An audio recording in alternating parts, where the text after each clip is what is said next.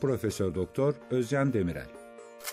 İngiltere ve Amerika Birleşik Devletleri'nde yabancı dil öğretimi ve program geliştirme konularında bilimsel çalışma ve incelemeler yapan Özcan Demirel'in yayınlanmış uluslararası 33, ulusal 62 olmak üzere toplam 95 makale ve bildirisiyle 30 kitabı bulunmaktadır. Profesör Doktor William Frederick Piner. Meslek yaşamı sürecinde 13 üniversitede misafir profesör olarak görev yapan Piner'ın öğrenme ve öğretme, eğitim programları, eğitim teorileri, program geliştirme, program araştırmaları ve ülkelerin program geliştirme çalışmaları hakkında çok sayıda kitabı bulunmaktadır.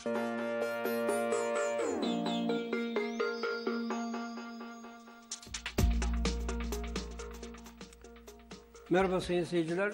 Bugünkü eğitim konuşmamızda eğitimin en önemli sorunlardan biri olan program geliştirme ve öğretim konusunu ele alacağız. Konuğumuz Profesör Doktor William Piner. And William Piner, I think you have been to Turkey for the first time, and then I would like to direct you a question about the curriculum studies in your country and also in the world. I mean, in the USA or in Canada and in other countries. What are the new trends or new ideas about curriculum studies, especially in Canada or in USA? The point to make, I guess, is that the state of the field very much depends on the circumstances in these individual nations. For example, in China, there's been a kind of boom in curriculum studies because of the 2000 K-12 reform. There are over 40 institutes and many hundreds of PhD programs. In other countries, it's in a kind of eclipse. For example, in the United Kingdom, after Margaret Thatcher installed a national curriculum, there was a kind of dissipation of the field.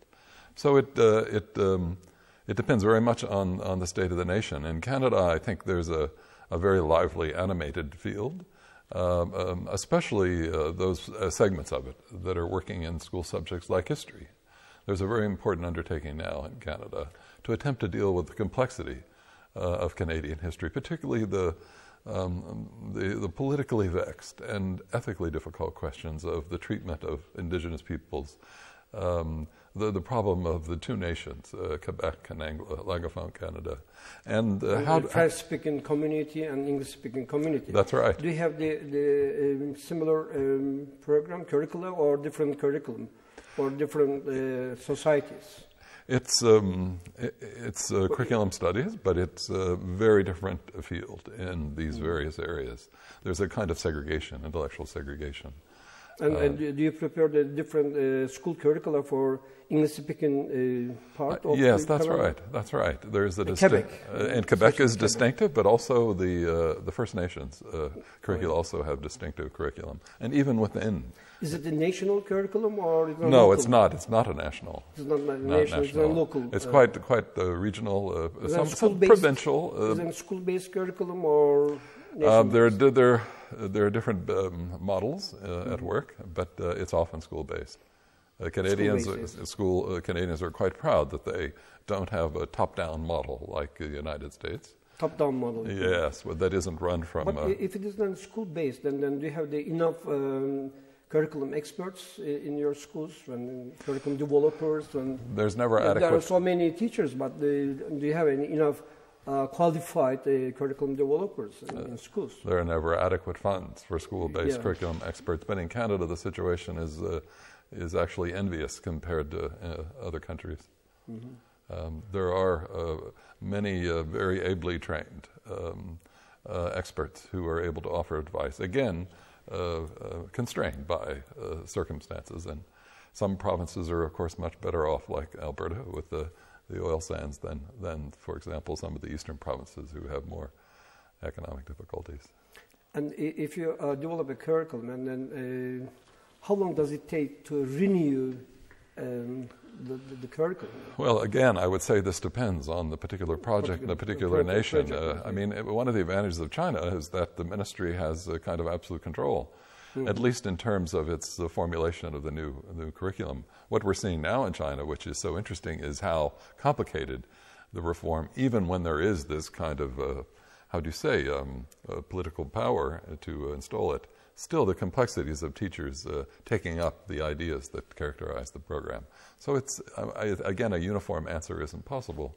Every nation is different, and even within the nation, different regions. Yeah, of course. And, you know, in USA, there's curriculum standards. In Canada, do you have the same standards for the curriculum? And no. Obama, you know, before the election, he used to say, no child left behind the standards, but at present, everybody says that every child left behind of the standards. And the standards are very important. Are there any curriculum standards? Do you have the same standards, curriculum standards? Well, you raised the question of Obama, who's certainly been a great disappointment to many of us, because he's not only continued the Bush policies, but he's intensified them. Only in the last 2 months has there been a kind of dismantling of the federal control of accountability and standards. Because under the Bush rules, which Obama adopted, 80% of U.S. schools would be declared inadequate. And inadequate? Inadequate. Really? By these bureaucratic, which are quite arbitrary. And so rather than declare these schools... Is it a very high standard or low standard? It's always shifting. What is the average standard, you know? It's a shifting standard according to test scores. Under both the Bush and Obama, mentally challenged students, either through genetics or through injury, were included in these test scores. And so even in a school that might have a very strong reputation and very high quality curriculum, the test scores go down because everyone is included. It's a very arbitrary, bureaucratic, autocratic program. Yes. Yeah. Then if you talk about the standards, then do you think that it is the test-based yes, it's test-based. Of course. Tests are more important than the curriculum. They have been in the United States. Not so in Canada. Not so in Canada. Yes, yes. What is your new approach or new tendency for the curriculum in Canada? Well, apart from the standards. For example, in the example I gave you, the history program, yes. It's to emphasize historical thinking. It's based on the procedures that historians use in order to compose history. So it's an effort to move away from fact-based memorization of facts and to deal with the processes of cognition that are embedded in the discipline, as well as with ethical and social issues, especially social justice involved with reparation of past injustice. Yes, and you know, in Turkey, while we are talking about the curriculum studies in Turkey, and then we emphasize on the components of the curriculum, like first, then we try to determine the objectives, and then the content and teacher learning process, and then the measurement or test institutions. Tyler. That is then the cyclical approach, you know, and then we turn it over. And do you follow these the components, and also do you emphasize on these components in Canada too? I would say that we're plagued with this approach as well, but teachers have much more say, much more are consulted in a more major way, and there are more, how would you say, opportunities for teacher initiative and teacher translation of the objectives than in the United States, which is entirely outcomes-based at this point. Are they more involved? The teachers are more involved. More involved, That's especially the teachers. That's right. And what about the parents? And also the parents, of course, don't have time, but they have no time. Yes. Right. But we never invite the parents to curriculum studies in Turkey. But the difference I notice between the U.S. and Canada is that while politicians in the U.S. have stirred up parents' anxieties over the state of the schools and the quality of education they're receiving, it hasn't been a national political issue in Canada, and so there isn't the same anxiety. Moreover, Canada doesn't have this obsession with being exceptional, with being the world leader, and so there isn't this anxiety that somehow that Canada's in decline, or that there is a kind of threat. Of course, there hasn't been a major terrorist attack either. So the situation, the national situation is quite different, and so there isn't the same kind of pressure. But you know, there is an international example, like that's PISA right. teams and PERS. Canada does all right. Well, all right. Does all right. What is the rank? I don't recall what the rank is, but it's not a political issue. Yeah, it's not a political issue. And I think there is an acknowledgement that the PISA score is only one small piece of this question of quality of educational experience. So maybe we have the different ways of measuring the quality of instruction. That's right, and a different conception of quality. Yeah, of course. Yes. A much more subjective quality. Yeah. This shows up even in the U.S., though. When surveys are done about parent satisfaction with their children's teachers, they range from 60 to 70% satisfaction. But when they're asked what is the quality of American public education, which the politicians constantly aggravate, the scores are quite low, 30. So there's this disparity. But what it underscores is that quality, the ascertaining of educational quality is invariably a subjective as well as numerical process. Yes, but sometimes the numerical indicators are more important than the other satisfaction. It depends on the political situation in the country. Maybe, yes. I think so, yes. But there was there's a competition between Russia and the USA. And in the politicians' minds. That's the politician mind again, you say yes. But I think educators in every country understand their situation is more complex than a number can represent. And moreover, the well-being and future of a child is much more important and complicated than a competition in politicians' minds between countries. In future, maybe we are going to live in a knowledge society. We do. Yes, and then still we are living in knowledge society. And then in knowledge society, what do you think about the future of the curriculum studies in Canada or USA or in other countries in the world? I think the field is central. To educational enterprise because knowledge matters. And I would make a distinction between knowledge and information. Knowledge and information. I would make a distinction. Knowledge is expert opinion that is informed by disciplinary expertise and years of research. And we, I think, can play an important role in drawing distinctions between the two and also in understanding how central knowledge is in the society and economy that's to come. Or do you think that then the future generation will be able to use more ICT, information communication technologies? I've become a little skeptical. Or will integrate with the curriculum? It's happening, of course, but I'm more skeptical about the potential. There's new research coming out now done at Stanford that's showing that children who spend too much time, or a lot of time on the internet, are suffering damage that can be recorded through neuroscientific research. Yes. For example, the capacity to stay with a single problem, a complex problem over time, and to ascertain it, to view it from different angles, and to stay with it until sleep, that's disappearing. There's this kind of idea, a kind of Google search mentality. If I don't see the answer, then I simply look for another, but I don't have a kind of sustained long-term engagement in the problem, what we used to call contemplation. That's one deleterious effect. I think we have to be more sober and critical about IT. It's indispensable, of course. The future will be included in even a more dramatic way, but it's not an entirely positive development. Not the positive development? Not entirely. Entirely, yes. No. In fact, apparently it poses risk. Do you know there are 800,000 South Koreans in internet addiction withdrawal programs sponsored by the government in Seoul? I mean, there are, in various countries, problems with addiction, and with, a new problem in the United States is plagiarism. There's an increase in plagiarism through the internet. Stealing material. And there's a center at Notre Dame, the University of Notre Dame in Indiana. They don't produce the new materials? No, they steal. Students have always plagiarized, but now there's an increase in the incident. And when these students are interviewed, they say, well, on the web. It doesn't really matter if you say it or I say it. We don't pay attention to referencing. It's simply they don't criticize the knowledge on the internet and whether well, it is that too. true or not. That's and then right. they take for granted that it's public property.